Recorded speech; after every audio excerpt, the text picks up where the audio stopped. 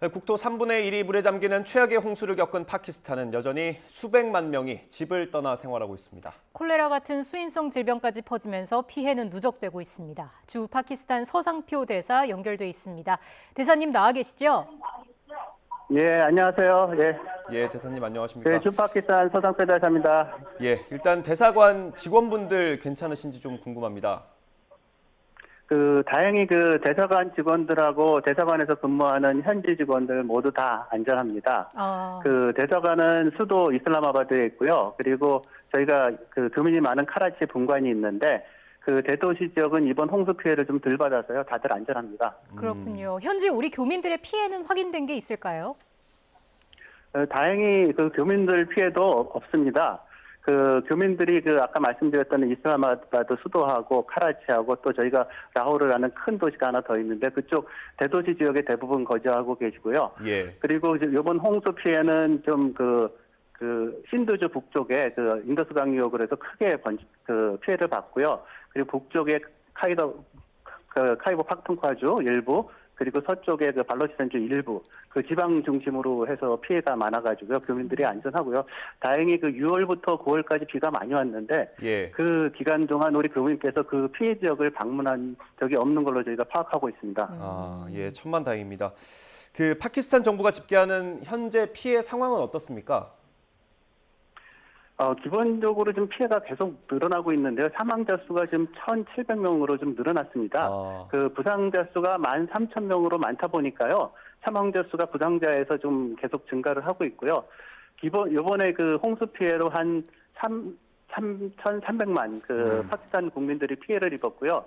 이재민 수가 800만으로 좀 추산되고 있습니다. 예. 그리고 집이 파괴된 게 한 200만 채. 그리고 완전히 파괴된 건 또 80만 채라고 그러고요. 도로 유실도 심각한데 13,000km의 도로가 유실이 됐다고 합니다. 13,000km라고 하면 서울하고 부산까지 500km거든요. 예. 그걸 따지면 한 20, 30배 정도의 도로가 유실이 됐고요. 도로에 붙어 있는 다리들도 한 400개가 무너져 있고 더 심각한 거는 경작지에 밀하고 이 나라가 쌀이 주식인데 경작지가 많이 침수되어 있습니다. 네. 그리고 가축도 한 300만 마리 이상 좀 피해를 입었다고 합니다. 예. 앞서 말씀해 주신 것처럼 특히나 피해가 심한 곳이 신드주입니다. 현장 다녀오셨을 것 같은데 어땠습니까? 다행히 8월 말에 여기 파키스탄 정부에서 제공한 헬리콥터를 타고 신드주 북부 지역 피해 지역을 시찰한 적이 있습니다. 그 당시가 바로 홍수 피해가 심할 때라서 착륙은 못했고요. 예. 상공에서 피해 지역을 봤는데 지금 마을 전체가 물에 잠겼거나 또 그리고 물이 빠져도 진흙 더밀거나 도로 유실이 됐는데 경작지 침수 아주 심각한 신드주 북부는 심각한 상황이었습니다. 예. 그렇군요. 신드주 같은 곳은 지금 성한 건물이 없을 것 같은데 그러면 주민들이 어디서 생활하고 있습니까? 지금 주민들이 지금 처음에 이렇게 홍수가 났을 때 신드주 여기 파키스탄 정부에서 급하게 요청한 게 텐트입니다. 근데 이제 처음에 피해가 생겼을 때 일부 이재민들을 공공기관이나 학교로 이렇게 수용을 했는데요.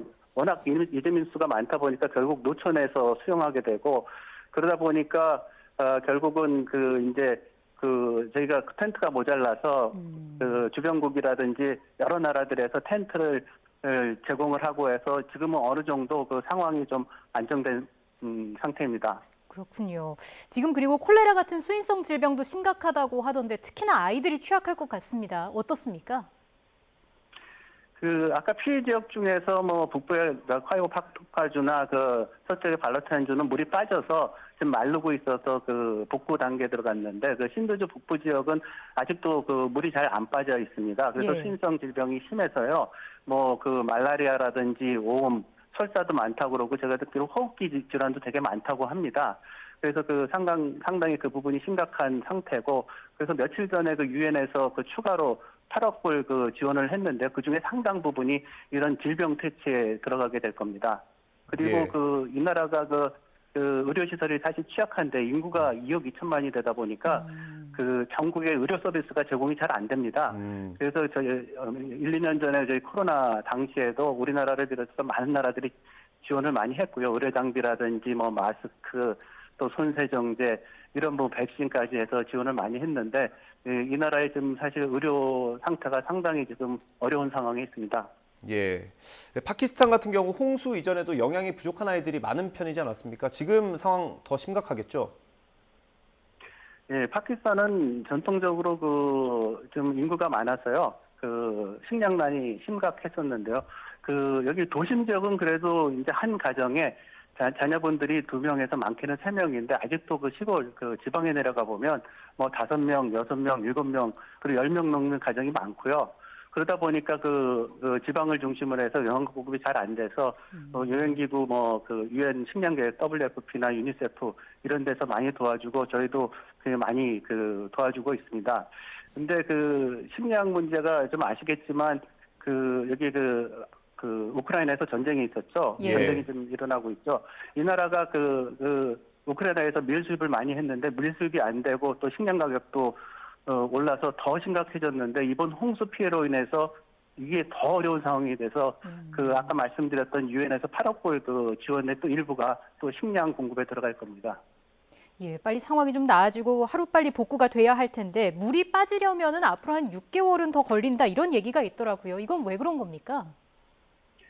기본적으로 개도국의 특성인데요. 배수 시설이 잘 안 돼 있습니다. 그리고 신드주 북부가 문제가 되는 게 평소에는 비가 별로 안 오는 지역이에요. 그래서 배수 시설이 잘 안 돼 있거든요. 근데 거기에 폭우가 쏟아지니까 배수가 안 되는 상황에다가 제가 헬리콥터 타고 가보니까 그 지역이 토양이 진흙입니다. 예. 그래서 물이 한번 고이면 빠지질 않습니다. 그래서 엎친 데 덮친 격으로 지금 상당히 좀 복구에 좀 어려움을 겪고 있습니다. 예, 그 정도로 비가 많이 왔다는 건데 실제로 비가 얼마나 왔습니까? 이 나라가 사실 비가 많은 나라가 아닙니다. 연 강수량이 한 300mm 되고 우리나라가 한 1,200 정도 평균 되는데 적은 지역이거든요. 근데 8월 말 기준으로 해서 한 150mm가 와야 되는데 400mm가 와가지고 벌써 정상의 전체 평균이 3배가 넘었고요. 특히 신도주 북부는 제가 말씀드렸지만 비가 적은 지역이에요. 예. 거기는 한 7배 이상이 내려버렸거든요. 그런데다가 배수 시설은 안 되고 그러다 보니까 이렇게 피해가 커진 것 같습니다. 예, 여기에다 또 파키스탄 북부에 있는 빙하가 녹은 것도 큰 영향을 줬습니다. 인더스강이 범람한 건가요?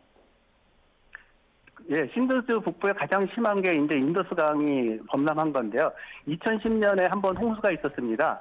그래서 요번에 보니까 그때보다 2배 이상의 범람이 됐는데 범람한 이유가 지금 요번에 홍수가 크게 난 것도 있지만 실제적으로 지금 파키스탄 북쪽에 히말라야 산맥의 빙하로 인더스강이 시작이 되는데 강물이 점점 늘어나고 있어요. 그래서 엎친 데 덮친 격으로 2010년보다 더 심한 홍수 피해를 겪게 된 거죠. 예. 빙하가 녹고 비가 많이 오는 거 다 기후 위기랑 연결이 되는 것 같습니다. 얼마 전에 유엔 총회에서 파키스탄 총리가 연설하지 않았습니까? 그 내용도 좀 소개를 해주시죠.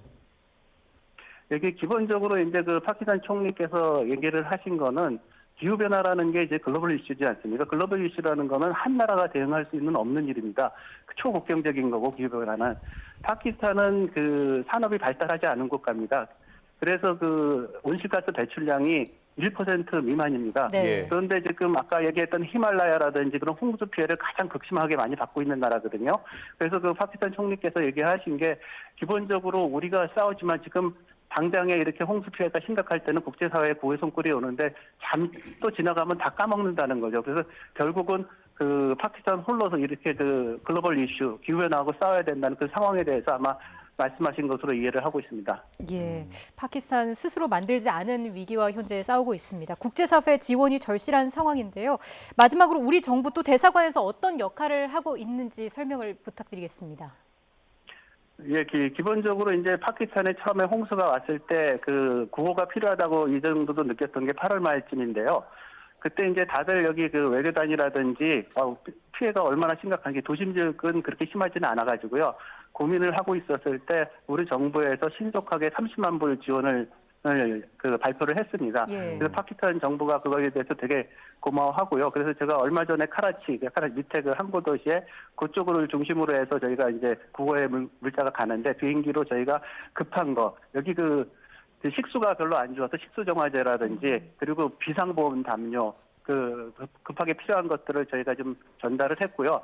이번 달 중으로 이제 무거운 텐트라든지 그런 담요라든지는 배편으로 도착합니다. 그리고 아까 말씀드렸던 유엔에서 추가로 8억 불 지원 요청을 했을 때 저희 정부에서 그런데 부응을 해서 저희 지원을 최초 30만 불에서 200만 불로 올렸습니다. 파키스탄 정부에서 더 고마워하고 있고요.